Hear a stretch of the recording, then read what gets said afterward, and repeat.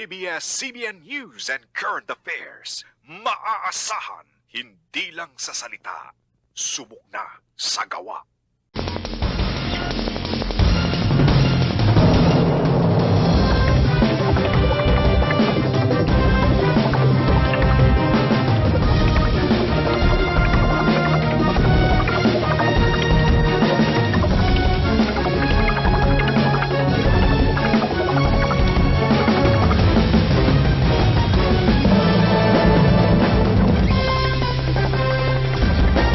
Magandang gabi bayan! 200,000 pisong halaga ng paputok ang nakumpiska kanina ng Bukawi Police. Ito'y dahil sa walang PS marking ang mga paputok na patunay po sanang lisensyado ng DTI ang gumagawa o manufacturer nito.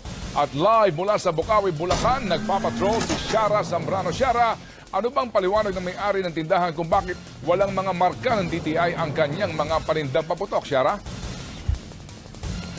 Hindi niya direktang nasagot kung bakit yung mga binibenta niya wala nitong mga PS marking na tinatawag. Pero ang paulit-ulit niyang sinasabi ay sigurado siya na lisensyado ng DTI ang mga paninda niya. At kung bibigyan lang daw siya ng konti pang oras ay mahahanap daw niya ang mga papeles na makakapagpatunay nito. Nung umpisa, sinita lang ng pulis Bukawi ang may-ari ng tindahang ito dahil nakalatag hanggang labas ang mga panindang paputok. Delikado raw kasi, kaya inutusan silang itago ang mga paninda malayo sa lakaran ng tao.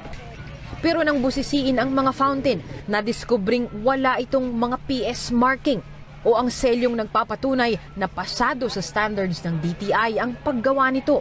Kahapon lang nag-ikot sa Bukawi si DTI Undersecretary Vic Dimagiba para ipaalala sa mga mamimili na dapat may PS mark ang lahat ng ibinebentang paputok.